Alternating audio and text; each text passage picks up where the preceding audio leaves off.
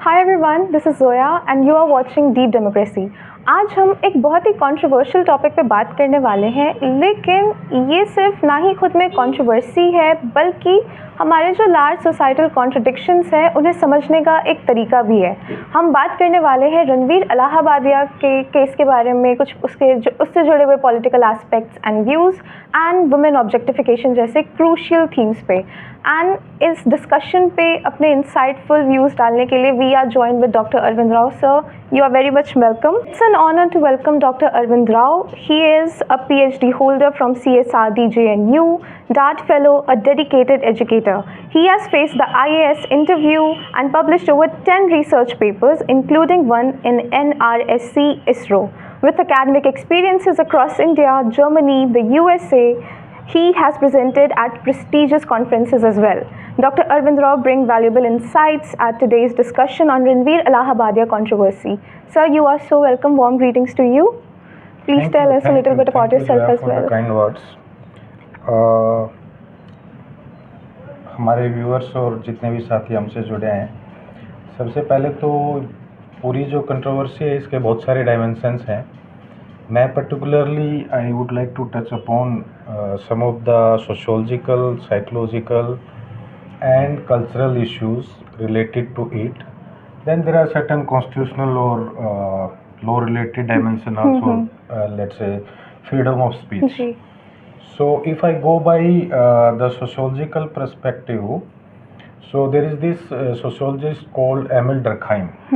So Durkheim talks about a state called anomy, wherein he discussed कि when a society moves from traditional towards modern, it goes through a transitional phase wherein there is normlessness, lawlessness, कोई किसी का rule नहीं मान रहा है.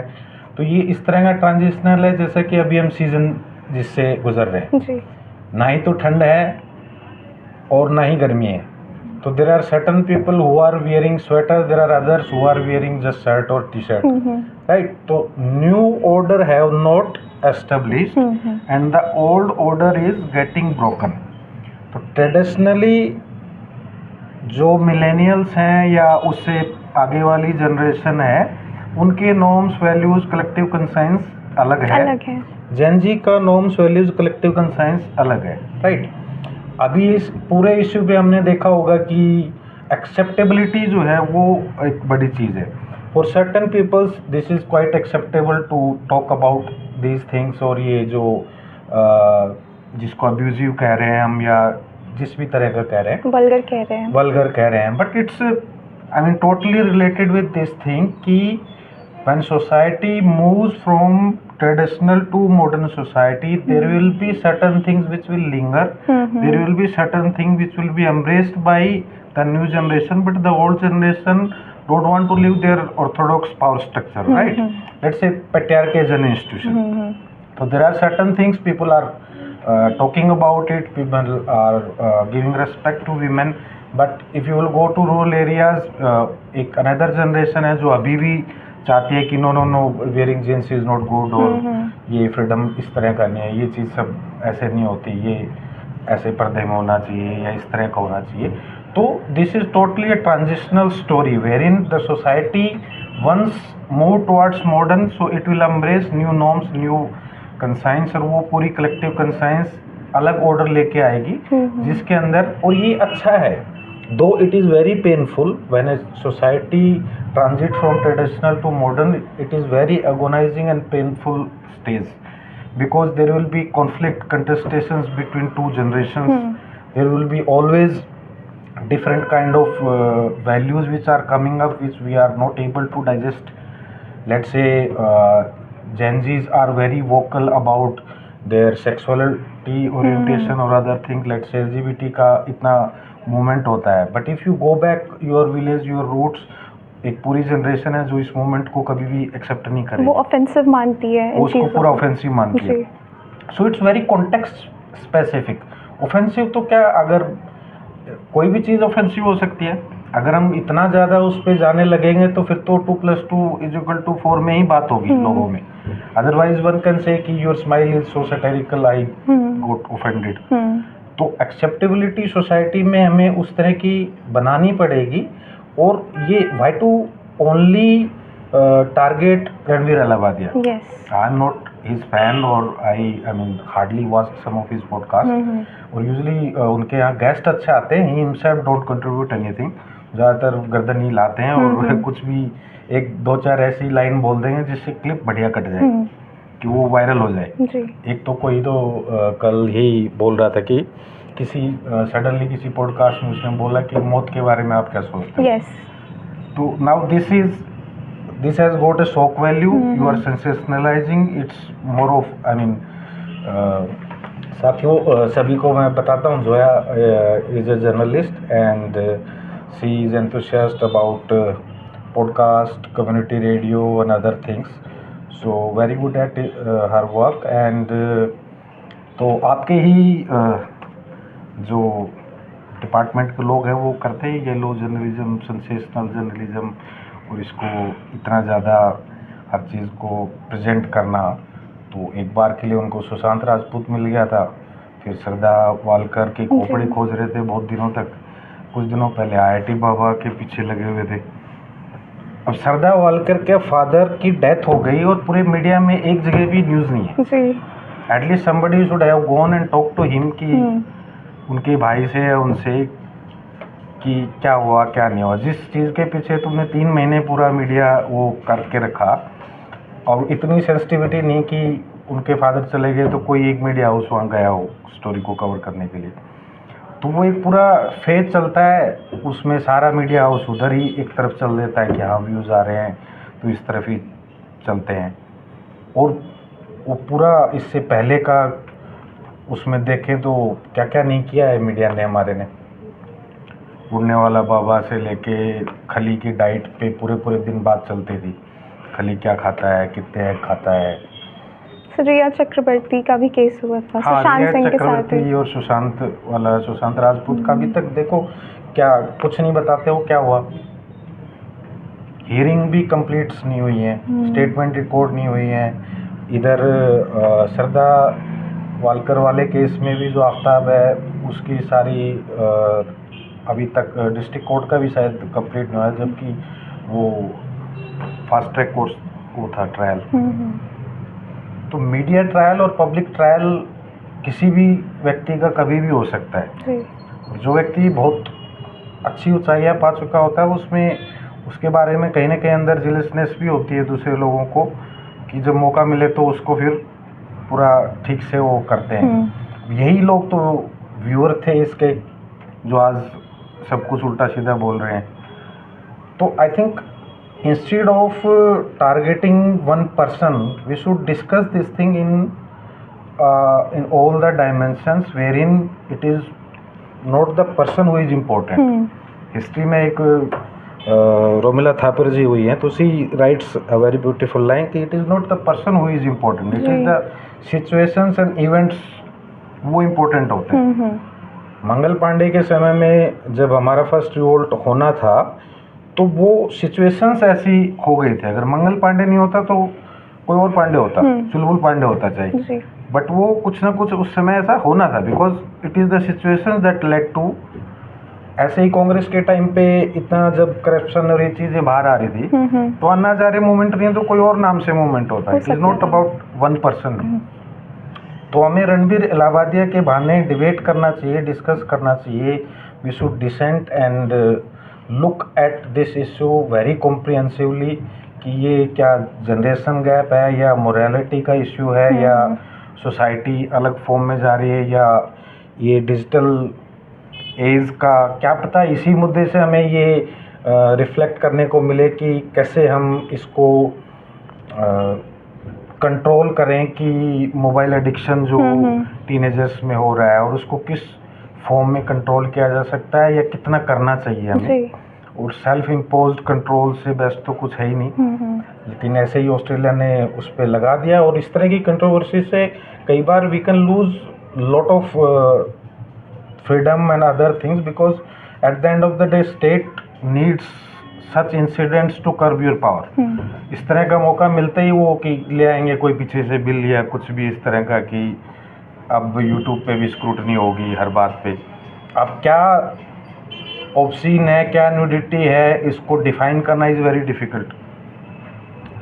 Let's say अगर आप सिर्फ गाली को वो मान के चल रहे हो कि इट इज़ नॉट एक्सेप्टेबल, तो you look at our culture, our folklore, everywhere there are mentions of abuse and other things. UP में तमाशा करके होता है, नौटंकी होता है, उसमें अब्यूजिव लैंग्वेज यूज़ की जाती है। हरियाणा में रागनी है फोकलोर, तो वो रागनी में बहुत मतलब ओवरली सेंसुअल मूवमेंट्स और इस तरह के डिस्कशंस होते हैं।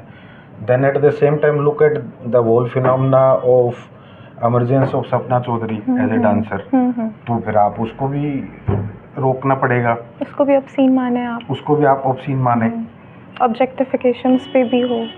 हाँ बिल्कुल, और वो है भी ऑब्जेक्टिफिकेशन, उसमें कोई आर्ट जैसा कुछ था नहीं, but at the same time वो जो पैट्रियार्कल चीज़ है उसकी वजह से ही इस तरह का है कि हम ये बार बार गाली जो है मदर से रिलेटेड होती है, तो फादर से रिलेटेड नहीं होती है कभी भी, mostly it's about your sister और मदर। तो वो patriarchal mindset, so it's also about your power dynamics है गाली के अंदर बहुत ज़्यादा, जो पावरफुल है उसके बारे में नहीं है। एंड यू रिलेट योर, जो इंसेस्ट वाली चीज़ है कि you relate your owner and everything with your sister और मदर, तो उससे रिलेटेड भी है कि वो ऑफेंसिव फील करेगा ऐसा बोलने पे। लेकिन जिस हद तक रणवीर इलाहाबादिया गए हैं उसमें, which is of course not acceptable, और ये कोई बहुत अच्छी कला वाली बात नहीं है। लेट्स से अगर आप कह भी रहे हो कि ये खास जनर है कॉमेडी का, या ये ब्लैक कॉमेडी है, और या डार्क कॉमेडी है, या ये अजीब अजीब नाम उन्होंने रख दिए हैं, तो उसमें भी एक लिमिट तो होनी चाहिए। मतलब दो जनरेशन्स को आप उस तरह से इन्वॉल्व कर रहे हो ऐसे, मतलब आपको तो ये पता है ना कि इंडियन कलेक्टिव कॉन्सेंस क्या है, नॉर्मेटिविटी क्या है इंडिया में। Let's say there are tribals जिसमें अगर आपके फादर की डेथ हो जाती है तो बच्चे की शादी मदर से कर दी जाती है, और उसमें वो they don't consider that thing as a taboo. There are tribals जो एक दूसरे से मिलने पे एक दूसरे के फेस पे स्पिट करके, और they consider this thing very intimate and very welcoming. हमारे यहाँ किसी पे ऐसा कर देंगे तो, सो डाइवर्सिटी है तो सबके अपने नॉर्म्स और वैल्यूज़ है। तो इंडियन नॉर्म्स, वैल्यूज और कलेक्टिव कॉन्साइंस दो differ generation wise generation, but एक ओवरऑल नॉर्म हमें पता है कि हम फादर मदर के इस तरह की बात के ऊपर और ये सब लेके आएंगे तो वो होगा। लेकिन ये चीज़ इस तरीके से किसी एक पर्टिकुलर पर्सन को टारगेट करने वाला मुझे भी कुछ बहुत ज़्यादा समझ नहीं आया। ही वॉज वेरी पॉपुलर, और इनफैक्ट गवर्नमेंट में जो इनकमेंट रजीम है उसमें काफ़ी लोग, मंत्री वगैरह भी उनके पॉडकास्ट पे आए हैं, तो अच्छा नेटवर्किंग रहा होगा। I don't know what went wrong. हाँ, काफ़ी सारे अवार्ड वगैरह भी मिले हैं। हालांकि ये बहुत सारी चीज़ें तो उसमें PR रिलेटेड रहती हैं कि बहुत सारे उनके पॉडकास्ट पे आते हैं, उनसे पैसा वैसा लिया जाता है, उस टाइप से है चीज़ें। So this is my preliminary reaction to this whole controversy. But sir, freedom of speech की जैसे अगर हम बात करें यहाँ पे, तो फ्रीडम ऑफ स्पीच, और जैसा आपने कहा कि इंडिया में हर कल्चर के लोग इसे एक्सेप्ट नहीं कर पा रहे, तो कल्चरल सेंसिटिविटी और फ्रीडम ऑफ स्पीच में हम एक फाइन लाइन देख रहे हैं और हम उसे समझने की ज़्यादा कोशिश नहीं कर रहे। तो इंडिया जैसी डाइवर्स कंट्री जहाँ पे इतने सारे कल्चर्स हैं, इतने सारे रिलीजन हैं, यहाँ पे ऐसी कॉमेडी को, ऐसे थिंकिंग को, या जो भी थॉट प्रोसेस होता है लोगों का इस चीज़ को लेके कि ये नॉर्मल है, हमारे लिए नॉर्मल है, हम कैसे इसको बाकी कल्चर्स के साथ नॉर्मलाइज कर सकते हैं इंडिया जैसी कंट्री में? देखो, एक तो फ्रीडम ऑफ स्पीच की जो बात है, फ्रीडम ऑफ स्पीच इतनी आसानी से नहीं मिला है। बहुत सारे पॉलिटिकल साइंटिस्ट अगर आप देखोगे ऑन मोरालिटी, पूरे स्कूल ऑफ थॉट अलग अलग, यूटिलिटेरियन कुछ और कह रहे हैं, इधर आपके आई मीन वो लाइन है कि I may disagree with you but I will stand with your right to disagree. तो हमें फ्रीडम ऑफ स्पीच में ये समझना चाहिए कि you may disagree with Ranbir Allahbadia, you don't watch his content और एनीथिंग जो आपको नहीं पसंद आ रहा है। लेकिन ऐसा नहीं कि आप उसके डिसएग्रीमेंट को ये कहें कि नहीं नहीं नहीं, you don't have a right to defend और डिसेंट। या ठीक उनको है, कैंसिल करते। हाँ, या उस पे इस तरह के पूरा वो करना, ये इसको सेंसरशिप कर दो, इसको बंद कर दो। सेंसरशिप एक बार आपने हाथ में दिया तो फिर वो दूसरी तरह की डायरेक्शन में हो जाता है। एक बार आपने ये कर दिया कि देखो, डिजिटल डेमोक्रेसी ने इतने लोगों को एम्पावर किया है ना, जिन जो बहुत सारी एजुकेशन है, दूसरे चीज़ें हैं, वो कल्चरल हेजेमनी में इन्वॉल्व थे and digital democracy have empowered them. आज कोई भी गांव का छोटा सा बच्चा जिसके पास दूसरा रिसोर्स नहीं है, एक छोटा सा मोबाइल लेके और कुछ भी अपना बोलता है, अपनी क्रिएटिविटी दिखाता है, डांस करता है, खाना बना के दिखाता है, या कुछ भी एनीथिंग। तो that not only nurture them, that empower them and that make them more organise and vocal.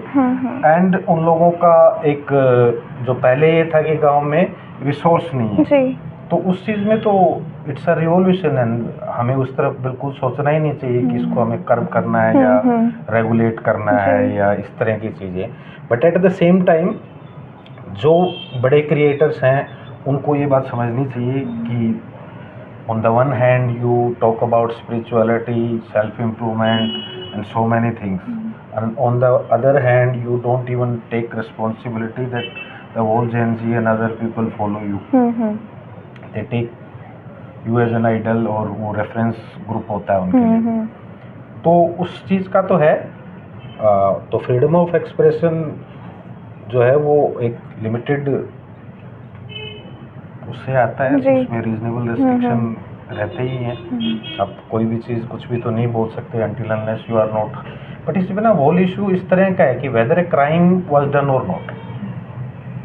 If someone says कि आई गेट ऑफेंडेड, तो वो तो देखना होता है कि किस बात पे ऑफेंड हुआ है, क्या रिलीजियस कोई ऐसी चीज़ की गई, ऐसा कोई सेंटिमेंट हर्ट हुआ जो उसे नहीं करना चाहिए था, तो उसका सब जगह पे प्रावधान है कि भाई क्या सज़ा मिलनी चाहिए अगर कोई क्रिमिनल एक्ट किया गया है। तो दूसरी चीज़ है मोरालिटी की। तो मोरालिटी वाले डिस्कोर्स में तो पूरा अलग अलग एकदम। मैं आपसे एक सवाल पूछता हूँ। दो रोड हैं, आप गाड़ी चला रहे हैं, सामने आपने देखा कि दो वर्कर्स काम कर रहे हैं और आपके ब्रेक फेल हो गए गाड़ी के, और आप दूसरा रूट ले सकते हैं जहाँ पे एक वर्कर काम कर रहा है। तो अपेरेंटली मॉरल उसमें इंसान को यही लगेगा कि दो लोगों की जान जाए, उससे बेहतर ये है कि एक की चली जाए। I mean this is what you will take as a decision. But इसी चीज़ को अगर हम रिवर्स करके ऐसे देखें कि दो व्यक्ति हैं जिसका एक का लीवर खराब है और एक का हार्ट खराब है, and this doctor is utilitarian and one healthy young man came for a checkup, और वो सोचे कि मुझे दो की जान बचानी है तो इसका हार्ट और लीवर निकाल के मैं इन दोनों के उसमें कर दूं। तो उसके एक्ट को क्या कोई कहेगा कि इट वाज मोरली करेक्ट? नहीं, उसको कोई भी नहीं कहेगा ना करेक्ट। तो मोरालिटी जो है ना, it's very context specific thing. Situation बदलने पे, कॉन्टेक्स्ट बदलने पे मोरालिटी भी चेंज हो जाती है, राइट? दूसरी चीज, मॉरल और इमोरल जो है ये कॉन्टिन्यूसली चेंज होते हैं। Morality is not something that we have written और drawn on a stone. We erase, we redraw, और वो फिर से ड्रॉ करते हैं, राइट? तो it's a continuous evolving process जिसके अंदर कुछ चीजें ऐसी हैं नॉन एज सोशल फैक्ट, वो नहीं चेंज होती हैं, but social trends and other things keep on changing. कभी किसी एक टाइम पे जीन्स पहना वाज इमोरल और अनएथिकल और मे बी अ टैबू, और कुछ भी उसको हम कहें, सोसाइटल नॉर्म्स में वो फिट नहीं बैठता था इंडिया में। Now it's quite normal. अब दूसरी चीज़ें अब नॉर्मल हो गई हैं। मिलेनियल्स के लिए इंटरकास्ट मैरिज करना वाज नॉट दैट नॉर्मल, बहुत रेसिस्टेंस आता था। बट जेन जी के लिए इंटरकास्ट मैरिज करना is easy. But what if Gen Z घर पे जाके ये बोले कि मेरे को तो सेम सेक्स में मैरिज करनी है। बेटा अगर अपने फादर को जाके ये कहे कि मुझे लड़के से शादी करनी है, मम्मी आपका दामाद मैंने ढूंढ लिया है, तो मिलेनियल्स वाली जनरेशन क्या इसको एक्सेप्ट करेगी? इसको बिल्कुल नहीं करेगी। नहीं करेगी। तो वही चीज़ है कि ये कॉन्टेक्स्ट स्पेसिफिक है, over the period of time it keep on changing. लेकिन आज के मिलेनियल्स को अगर ये कहें कि आपका बच्चा इंटरकास्ट करना चाहता है, तो ठीक है जी, बड़ी अच्छी बात है, दोनों खुश होने चाहिए, ऐसे शो करेंगे we are the most liberal progressive democratic parents ever. दूसरी चीज़, आपका कोई सवाल था नेक्स्ट? सर ये भी मैं जानना चाहती हूँ कि जैसे आपने कहा मॉरली काफ़ी चीज़ें एक्सेप्ट नहीं है अभी भी, बट LGBTQ जैसी चीज़ें मोस्टली जेनजी जो बच्चे हैं वो इसे एक्सेप्ट कर रहे हैं, और ये वही लोग हैं जो डार्क कॉमेडी को एक्सेप्ट भी कर रहे हैं। तो इस पे मीडिया जो फोकस कर रही है, आपको नहीं लगता कि वो कुछ ज़्यादा ही फोकस कर रही है और समय राणा को कैंसिल कर रही है? व्हेन हमारे जो मिनिस्टर्स ही हैं जैसे CM नीतीश कुमार, उनके भी विधानसभा में कुछ कमेंट्स रहे हैं वुमेन एजुकेशन के बारे में जो काफ़ी वो भी कंट्रोवर्शियल रहे हैं। तो अगर हम उनके साथ सिंपथाइज़ कर सकते हैं, एम्पथाइज़ भी कर सकते हैं उनके साथ, तो इन्फ्लुएंसर्स के साथ क्यों नहीं हम कर सकते? हमें इतनी प्रॉब्लम क्यों हो रही है लोगों के साथ एम्पथाइज़ करने में? देखिए, एक तो ये है कि नीतीश जी वाली जो स्टेटमेंट थी उसको एक बार तो मीडिया ने लिया था बहुत प्रॉपरली हेड ऑन, लेकिन कुछ फीमेल लीडर्स ने ही आके उस चीज़ को बोला कि ये स्टेटमेंट तो बहुत महिला विरोधी है। उसके बाद पॉलिटिकल अरेना में उस तरह का डिस्कशन चलने लग गया अंदरूनी तौर पे, नॉट ऑन कैमरा, कि नीतीश जी के हालात ठीक नहीं है। नीतीश जी जो है अभी कुछ भी बोलने लगते हैं, कभी भी कुछ भी बोल देते हैं, उनकी कभी मेडिकेशन नहीं मिली तो स्लर करने लगते हैं या कुछ इस तरह का। तो उस पूरी बात को ना थोड़ा कवर अप कर दिया गया, जबकि वो स्टेटमेंट बहुत सही नहीं था। और ऐसे स्टेटमेंट बहुत सारे अपने दिल्ली चुनाव में देखो वो सब बोल रहे थे महिलाओं से रिलेटेड कि सड़क कैसे बना दें, जैसे कोई एक्ट्रेस के चिक के बारे में इस तरह का कुछ बोल रहे थे। उससे पहले भी लालू यादव ने, मुलायम सिंह ने इस तरह कर दिया। मुलायम सिंह ने बोल दिया कि लड़के हैं, हो जाती है गलती। बट ये है कि स्पेसिफिकली किसी को बहुत हाईलाइट करना और बाकी चीज़ों को ओवर शैडो कर देना, वो तो मीडिया का है ही डायनामिक्स, कि हमें किसको किस तरीके से शो करना है और किसको किस तरीके से प्रोजेक्ट करना है। बहुत सारे नेगेटिव एस्पेक्ट को भी मीडिया जब लगता है तो इतने अच्छे से प्रेजेंट करता है। तो वो selection of headline, selection of news, let's say Kumbh में 20 लोग मारे गए, अब इसका एक हो सकता है एक न्यूज़पेपर जो है 4th पेज पे रख रहा है इसको एज अ स्निपेट। एक न्यूज़पेपर हो सकता है कि फ्रंट में छोटी न्यूज़ दे रहा है और फिर वो आता है ना कि ज़्यादा पढ़ने के लिए पेज नंबर 5 पे जाए। एक न्यूज़पेपर है जो हेडलाइन फ्रंट पेज पे ही लेफ्ट वाले उसमें पूरा कवर कर रहा है, जिसको इम्पोर्टेंट कंसिडर किया जा सकता है। तो कुछ न्यूज़पेपर्स ने उस समय ये कवर किया कि मौनी अमावस्या के दिन आज इतने लोग श्रद्धालुओं ने डुबकी लगाई और सब कुछ बहुत अच्छा रहा। कुछ लोगों ने उस चीज़ को दैनिक भास्कर ने लेट से फ्रंट में कवर किया कि 20 लोगों की जान गई, इतने लोग लापता हैं, और उसके नीचे ये किया कि मौनी अमावस्या में इतने श्रद्धालुओं ने ये। तो एक्चुअल में वो मीडिया का है ही कि डायनामिक्स सब लोगों का, कि किस स्टोरी को किस तरीके से क्या नैरेटिव बिल्ड करके दिखाना है हमें। तो हर किसी का अपना नैरेटिव रहता है उसमें। तो पता नहीं what went wrong with Ranveer Allahbadia, he was doing very well and suddenly मुझे लगता है कि इसमें कोई ना कोई फ्लो है कहीं ना कहीं, कि किसी न किसी को तो रणवीर अलाहाबादिया ने नाराज़ किया है, कोई बड़े मंत्री को या किसी को, कि सर आप रुकिए अभी लाइन में आपको बुलाएंगे। इनके तो यहाँ पॉडकास्ट की लाइन लगी हुई है ना, बड़े बड़े लोगों की लाइन लगी हुई है। तो कोई ना कोई इस तरह का रहा होगा, मतलब I am just judging this thing, क्योंकि जिस तरीके से उस पे सब लोग एक साथ टूट के पड़े हैं एकदम ऑर्गेनाइज तरीके से। कोई तो कह रहा है कि उसका सर काट के लाओ तो हम इतने करोड़ रुपए देंगे, जी तुम ये करोगे तो ये करेंगे। उसके मदर के उसमें घुस गए कल कुछ लोग।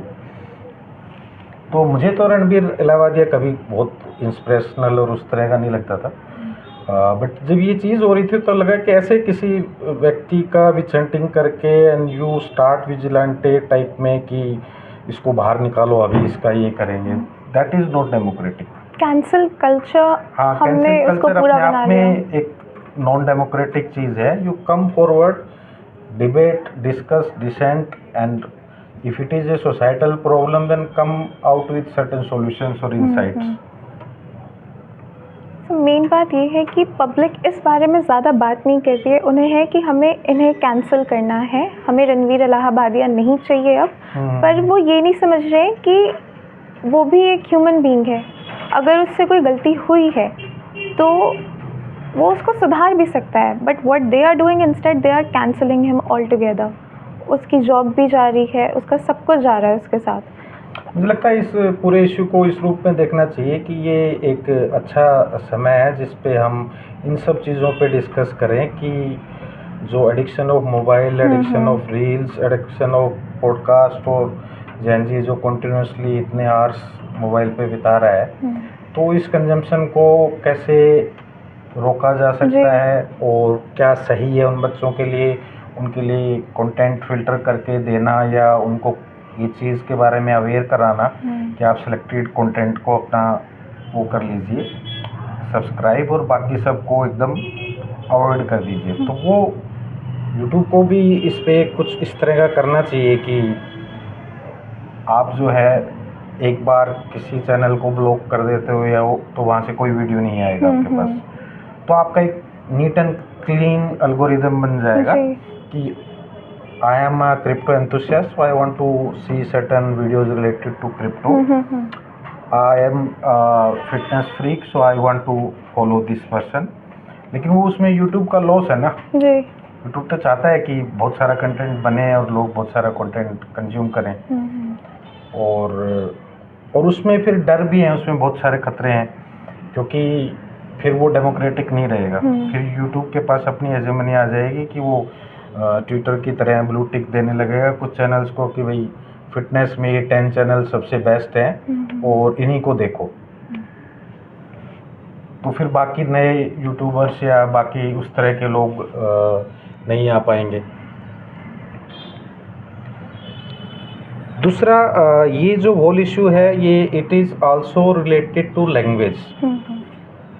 तो क्या हम इस चीज़ को ऐसे देखें कि ओरिजिन ऑफ लैंग्वेज जब हुआ, let's say it was very primitive, हम लोग जंगल में हैं तो कुछ शब्दों का ज्ञान नहीं था, तो साउंड था सिर्फ, जैसे कुछ खतरा है तो आओ करके एक दूसरे से कम्युनिकेट कर रहे हैं, तो वो उन लोगों को समझ में आता था कि now it's about food, now it's about sex, now it's about some danger, now it's about, तो वो कुछ 5-6 जो चीज़ें हैं उसी में वो साउंड की तरह कम्युनिकेट करते थे। अब स्लोली जैसे ही लैंग्वेज डेवलप हुई है तो we can see this thing कि जो ये गाली वाली चीज़ है ये बहुत एंशिएंट टाइम से हर लैंग्वेज में अब कोई भी टेक्स्ट उठा के देखेंगे तो अब्यूज़ और दीज थिंग और डबल मीनिंग या थोड़ा सा उसके हटके कुछ बोलना या थोड़ी वल्गैरिटी या सेंसुअलिटी, इट्स मतलब उसका डिग्री अलग तरह का हो सकता है। जैसे हम बात करें कृष्ण राधा की रासलीला, so this is also erotic and sensual dance between Krishna and other Radha भी और दूसरी उनके बीच में।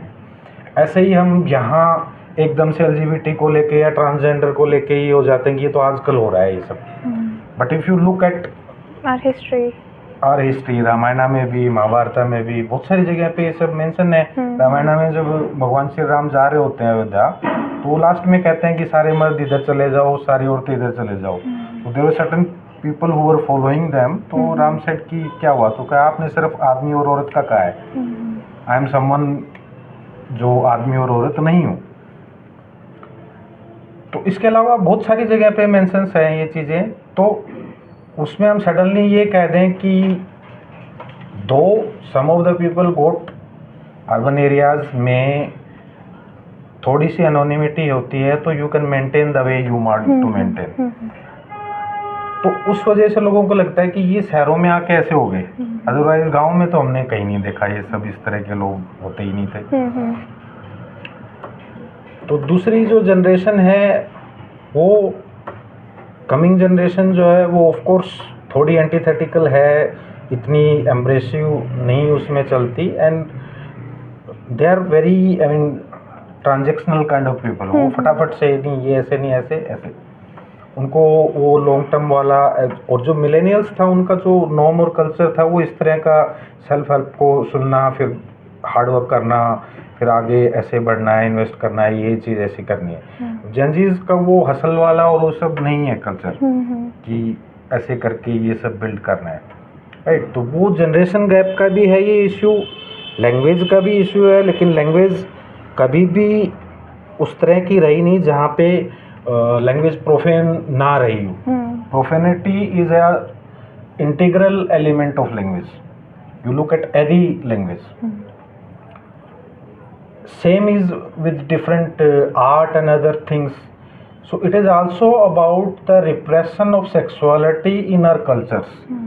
Some of the psycho-socio-analytics like Sudhir Kakkar हैं, कुछ और लोग हैं, जैसे कि why are wall art, cinema and other things are totally oriented towards women's breast. हमारी बहुत सारी जो फेमस आर्ट हुई हैं या पेंटर्स हैं या मूवीज़ हैं, उनमें स्पेसिफिकली वीमेन को ऑब्जेक्टिफिकेशन भी है, and there is special coverage of a particular part. तो दैट इज़ बिकॉज उनका कहना ये है कि बचपन में बच्चे को लेट से 2 ईयर्स तक ब्रेस्ट फीडिंग करनी थी और वो 6 मंथ तक हुई है, या 3 ईयर्स तक करनी थी, वो 2 मंथ तक हुई है। तो psychologically he is attracted towards that, और वो हमेशा रिप्रेस रहता है। सेम थिंग बचपन से ही हम बच्चों को सेक्सुअलिटी के बारे में इतना रिप्रेस करना शुरू कर देते हैं कि नहीं नहीं, you don't watch this thing, don't do this thing, ये मत करो। तो continuously that thing goes in your subconscious. जैसे ही आप टीनेज से थोड़ा बाहर निकलते हो, अपने फ्रेंड्स के बीच में जाते हो, तो यू गेट टू नो कि there are certain things with my parents were hiding and they told me untrue things, now my friends are telling me the true thing. तो वहाँ से एक रिएक्शनरी काउंटर करंट डेवलप होती है family के प्रति। तो this people start exploring content और अदर थिंग्स। और साइकोलॉजिस्ट का तो ये कहना है कि गाली और ये सब चीज़ें जो हैं, they also have a very good function. Let's say if you are frustrated, you will go gali. Then among the friends, it's also a reflection of intimacy. हम अक्सर यूँ कह रहे हैं बड़ा आरामी है तू, तो ये I cannot say to someone who is my relative, और तो एक close group में it works as certain kind of expressions, whether it is intimacy or it is about vomiting your frustration or a kind of catharsis. Psychologist कहते हैं ये भी एक तरह का catharsis है। जैसे यूएस में और बहुत सारी जगह पे ऐसे वो बनाए हुए हैं, शोरूम टाइप में आप जाइए और तोड़िए, टीवी तोड़िए, कुछ भी तोड़िए, अपनी फ्रस्ट्रेशन को एक्सप्रेस करने के लिए कैथारसिस हो जाएगा, वो आपका वेंट आउट हो जाएगा जो। देन इसको अगर हम इस तरीके से लें कि इसका पर्टिकुलर भी, क्या ये पहली बार ऐसा हो रहा है कि रणबीर इलाहाबाद या नहीं ऐसा कोई शो फॉर्मेट बनाया जो किसी ने नहीं बनाया।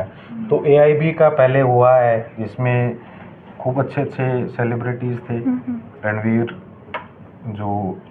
सिंह जो है वो थे, तन्मय भट्ट और ये सब लोगों का जो ग्रुप था, and they gave a very different kind of roasting thing and content to India. TVF वगैरह ने कितना अलग से काम करके दिया है। तो टीवीएफ का स्टार्टिंग से अच्छा काम रहा है और कुछ एकदम से बॉलीवुड को मतलब चैलेंज किया उन्होंने, जो बॉलीवुड की हेजीमनी थी कि कुछ खास फैमिली से या कुछ खास लोगों से ही लोग आएंगे। टीवीएफ ने एकदम सेपरेटली पूरा खड़ा किया उसमें, चाहे ये पूरा सीरीज़ थी एक जिसमें टू बियर है, बड़ा फेमस एक बना था, वो स्टार्टअप से रिलेटेड था वो। और उसके बाद यूपीएससी की जर्नी और उस सब पे उनकी सीरीज़ आई। तो हमें अगर हम किसी चीज़ को एकदम रोक देंगे, काट देंगे, देन वो रुका हुआ पानी जो है ना वो खराब होने स्टैग्नेंसी जो है वो लगेगा। खराब ही आएगी। If you start curbing something, then that means you are killing the creativity of that society। और ये हुआ है। जी। और दूसरी चीज़, जितना आप करोगे ना वो इतना ही ज़्यादा फेमस होती है वो चीज़। किसी भी बुक को अगर बैन किया गया ना कहीं, उस बुक को सबसे ज़्यादा पढ़ा गया।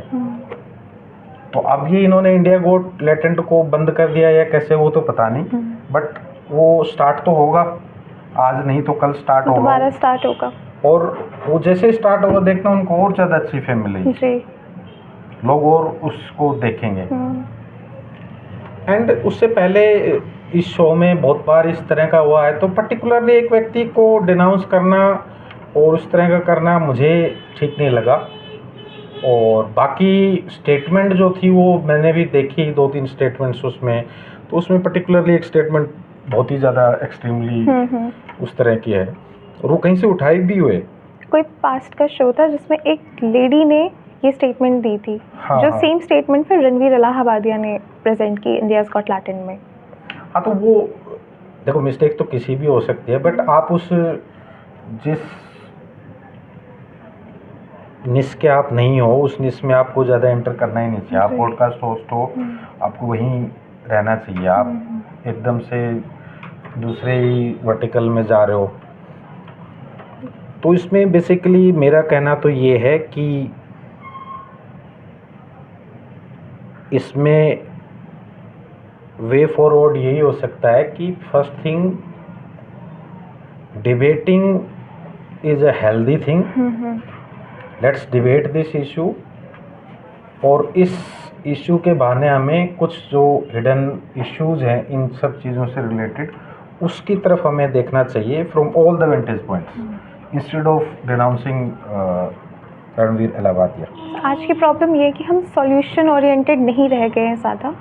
ऑल वी केयर अबाउट कि हम कैसे इस चीज़ को या कोई पर्टिकुलर चीज़ है उसको हम ख़त्म कर सकते हैं सोसाइटी से, और क्या कर सकते हैं हम, इंस्टेड ऑफ कि हम उसके लिए सॉल्यूशंस ढूंढें, हम उस पर बात करें। देखिए, सॉल्यूशन वाली जो चीज़ है इसमें मिलेनियल्स जो है उनको जिस तरह की कल्चर मिली, तो वो that was more of towards European modernity वाली कल्चर।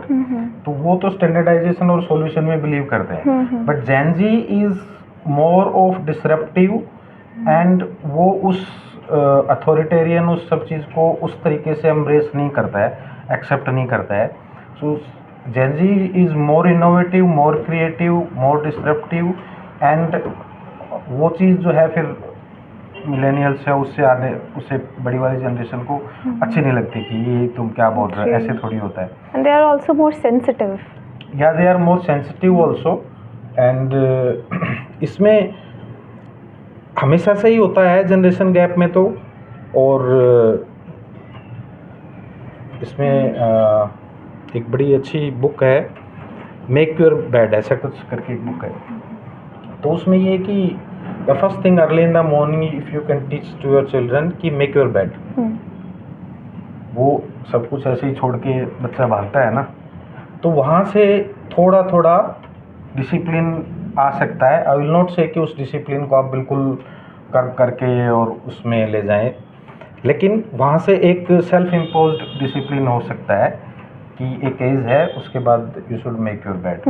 अदरवाइज फिर एक एज के बाद वो हॉस्टल लाइफ में चला जाता है, वहाँ पे फिर वैसे कोई कुछ नहीं करने वाला है। तो these small steps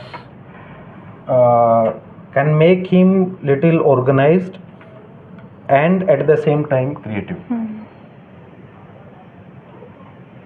I think with this note we should And Yes. and if you want to add something more, Zoya. I just want to say कि हमें ये समझना ज़रूरी है कि ये सारी चीज़ें, मोरालिटी हो गई, फ्रीडम ऑफ स्पीच हो गई, and everything, these are all directly linked with each other. तो अगर हमें चीज़ों को समझना है तो पहले हमें उसे एनालिटिकली समझना पड़ेगा, तब जाके हम सॉल्यूशन निकाल पाएंगे. So thank you so much for joining us Thank you. and Thank you, giving Zoya. us new Thank you. perspective on things. Thank you. And one more thing, we should be informed, not a hypocrite. So make sure कि आप चीज़ों के बारे में समझें and अपने view points उस पर बनाएं, and then you find a solution of these things. Thank you so much for watching Deep Democracy, and we shall see you again very soon.